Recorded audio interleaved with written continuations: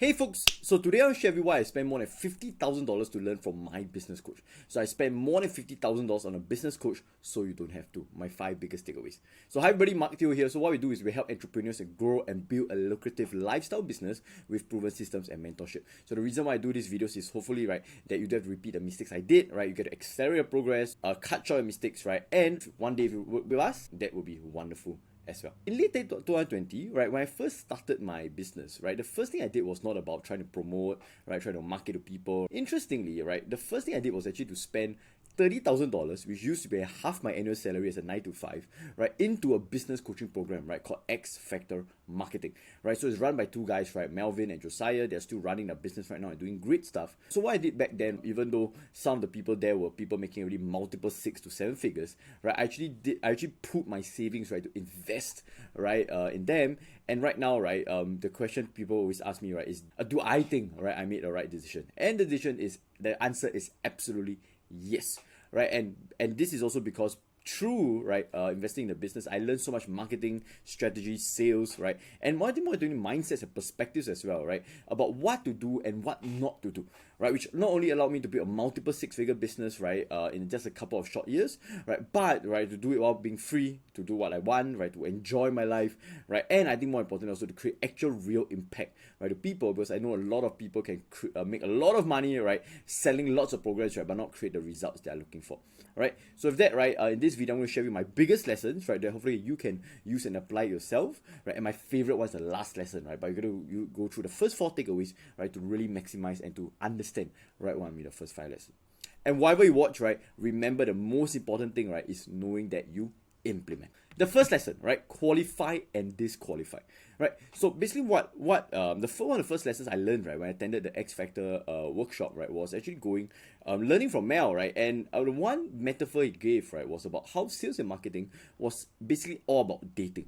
Right, and what he meant, right, is imagine if you just went to a supermarket, right, and you would just date the first girl that you look, right, you try to ask for their number, right, try to chase after them, right, and if they knew, right, they were just after any random girl's number, right, whether it's in the library, in the supermarket, right, in the club, right, chances are people will just think of you as someone with no standards, right, they'll probably think you're pretty desperate, and then they're not likely to go and get your number or to connect with you afterwards, right, and this goes on with sales and marketing, right, which is you want to create what we call standards, right, or expectations, right, and so what does Mel mean about qualify and disqualify is you want to be able to find out exactly, right, what kind of, right, characteristics or traits, right, of the people you're trying to target, right, and that's what I call qualify, right, and at the same time you also find out the traits, the characteristics, right, the demographics of the kind of audiences or the people that you don't want, right, they do not want to attract, right, and this is what I mean by disqualify, right, and the clearer you are in your qualification and disqualification process, you're actually communicating to others that you're actually someone with standards,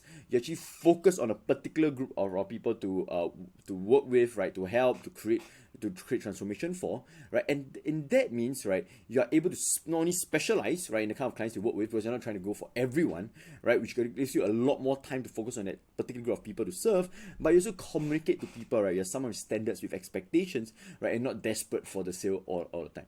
All right, and one thing to note, right, this is not this works even if you're new. So for example, right, even if you're not very clear, right, with the kind of people that you're trying to promote or trying to target to, right, yes, it's okay to have slightly broader standards, but you still want to be able to communicate the kind of people you're going to work with or the kind of people you do not want to work with. So for example, for my business, right, we work with people, right, that particularly want to build a lifestyle business. So whether you are quitting your job from 9 to 5, you're just starting out, or you have a bit more experience, right, the one key standard is you want to be building a lifestyle business rather than, right, people that might want to build a business, right, to the multi-millions, right, who wants to sell off the company or wants to get acquired, right, or who wants to be publicly listed, right. So these are not group of people I work with, right. Yes, I used to work with in the tech startup scene way back, right, in the angel investing, right, the tech startup helping companies get funded. But right now for my business, right, I'm focusing more on clients, right, or participants, right, who want to build a lifestyle business, right, a cash flow business of anywhere from 10 to 50K per month, right, or even further, right, to be able to support their lifestyle, to enjoy their time, their family, their friends, to do good work, right, to grow,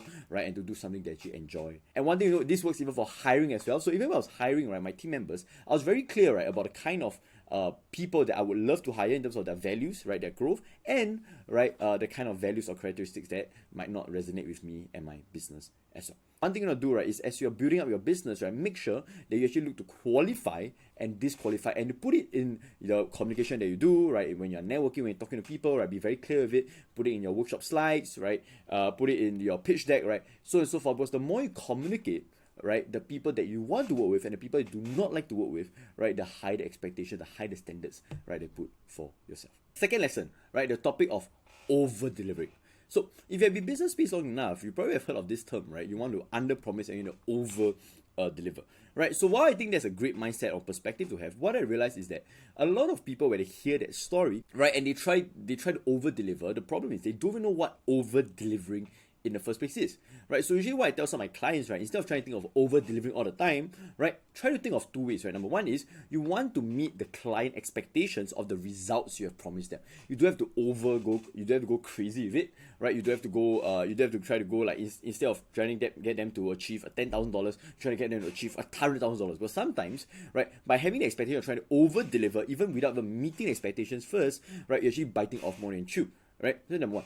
And number two, right, what you're going to do in terms of over-delivering is to wow them with experiences, right? So instead of wowing them, right, in terms of, right, for example, for every client that comes with me, right, they receive a very special gift box, all right, that we don't promote or we don't tell them about, right? Now I'm telling them for the first time, right? Or, right, the thing is I catch up with them every now and then, right, for one-to-ones, right, whether it's for meals or meetings, right, even, right, though that they don't ask for it. So instead of just trying to over-deliver in terms of results, right, try to over-deliver in terms of experiences.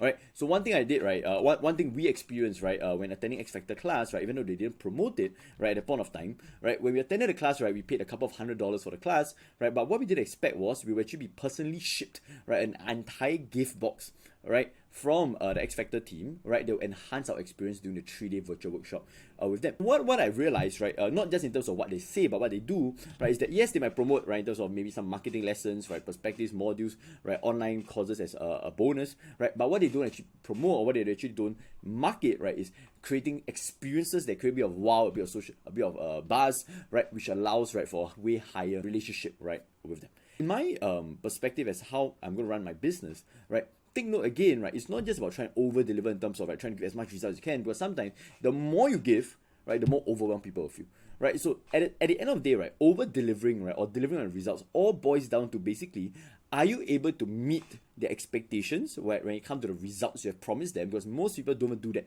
right? More than 50% of trainers, gurus, coaches, right, don't even meet the minimum bare expectation of results that they promise their clients. Number two, right, is then can you wow them, right, with experiences, right, maybe with gift boxes, events, right, one-to-ones, right, bonus surprises, right, then you do that from over-delivering as well. Third lesson, right, closing versus converting.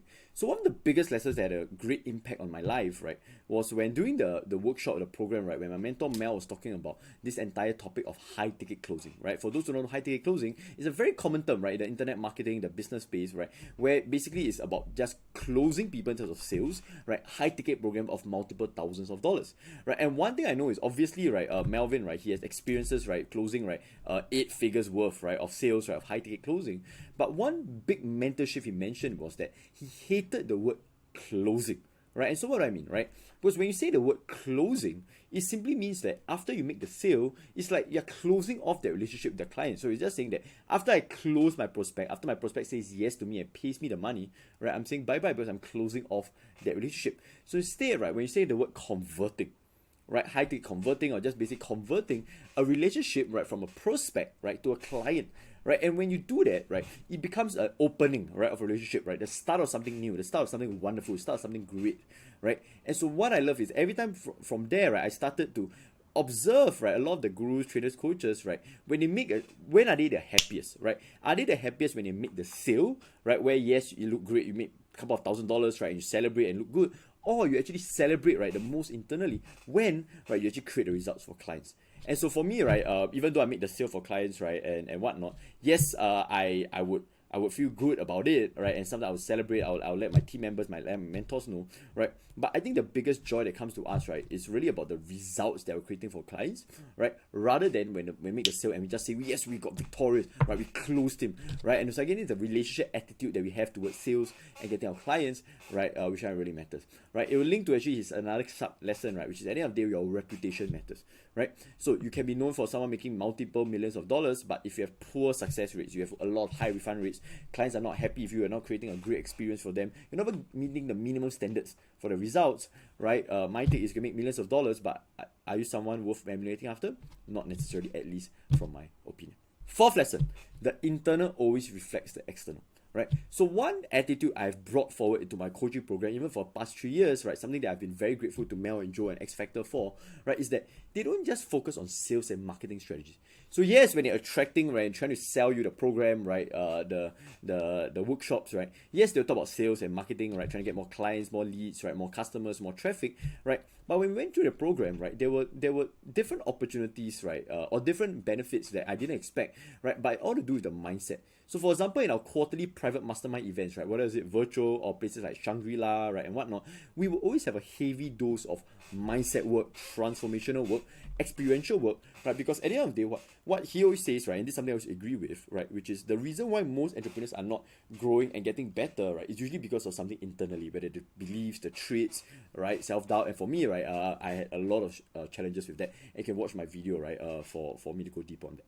Right, so a few things, right, you go through with us is every Monday we have this thing called clarity call, right? So every Monday we actually declare our declarations, our reflections, right, and ask any questions we want, right, to Mel, right? And there were actually about once every month we have like mindset calls, right? People talk about mindset perspectives, right, for us to get better over and over again, right? He will teach us things like box breathing, right, addressing our beliefs, our mindsets, right? And the more we did it, the more I realized, yes, I can learn about all the best sales and marketing strategies in the world for anyone, but one thing, right, that I got invaluable experience from them was simply about, right, always working on my internal beliefs, my internal mindsets, my internal mental models. So and what he says at the end of the day, right, is the internal will always reflect the external. So even if you make a lot of sales in a very short period of time because of some great opportunity or some sort of luck, right, because you internally you're not able to handle it, right, chances are, right, you tend to lose the sale, you tend to lose the money eventually, right, or you won't do it as well. So you always want to make sure internal catches up or even goes beyond, right, external, to make sure that you're always growing, right, over and over. Okay. The fifth one is always be objective. Right. So what happens in the first, I shared it previously, but what happens in the first couple of months, right, in my coaching program, because obviously, right, he taught me the sales and marketing strategies that helped me to close to 6 figures, right, in about 6 months. And I realized early on in the journey, right, being in coaching program, right, getting lots of clients and customers and sales, right, I actually started feeling quite afraid, right, because then the next challenge lies was that, am I able to deserve the amount of money am I making, right, by delivering on whatever that I promised? And while, right, I had every intention, right, to create the results, and even intention to refund my clients if I did not get the results I wanted, right, I started panicking a little bit, right, because I got many clients, they all paid me thousands of dollars, where I've never charged before, right? I used to charge from $100, and then I started charging from $5,000 to $6,000, right, at one point of time, right? And I started being worried. And when I went to Mel, right, to talk about it, he would ask me, hey, all right, great, I hear you, but the question is that concern that you're not able to deliver, right, based on your own insecurities and fears, or is it based on actual feedback and data from your clients? And so when I realized that it was just based on my own insecurities, my own fears and self-doubt, right, I was like, crap, right, like maybe it wasn't true. So what I did is I actually went to survey every one of my clients at a point of time, right, to find out how they were doing, right, were they happy with the results they were getting, right, were they happy with the experiences, right, did they anything that improved from my side. And I realized that all the clients were actually happy, they were getting results that they wanted, just that they didn't tell me, right. So quick tactical tip, by the way, right, is always check your clients to let you know, right, about their wins, their progress and milestones as well, right. And so when I realized that they were happy, right, and they were happy with my work with them, right, and I realized that I was actually just being insecure, right, with my results, my lack of belief that I could create the results I wanted for them. I also do quarterly feedback sessions with my clients, right, and we check in with them to make sure that they're always on par and they're always happy with the experience we have given them. So I think this brings me to my fifth lesson, right, which is at the end of the day, right, it's all about getting client feedback, client data, right, and we can use our feelings and thoughts and intuition sometimes, right, to make our decisions, but at the end of the day, right, is are you collecting enough data, right, to make the decision? Because that's the best thing, right, for successful entrepreneurs to make, which is be objective with data, with research, right, with findings on the ground, right, to steer your decisions moving forward. So with that, I hope you guys enjoyed today's lesson, right, from my business coach, right. These are some of the best things that I learned, right, and I hope you guys will implement it yourself as well, right. If any questions, put it in the comments, right. Let me know what are some other video ideas you like, and I'll see you very soon.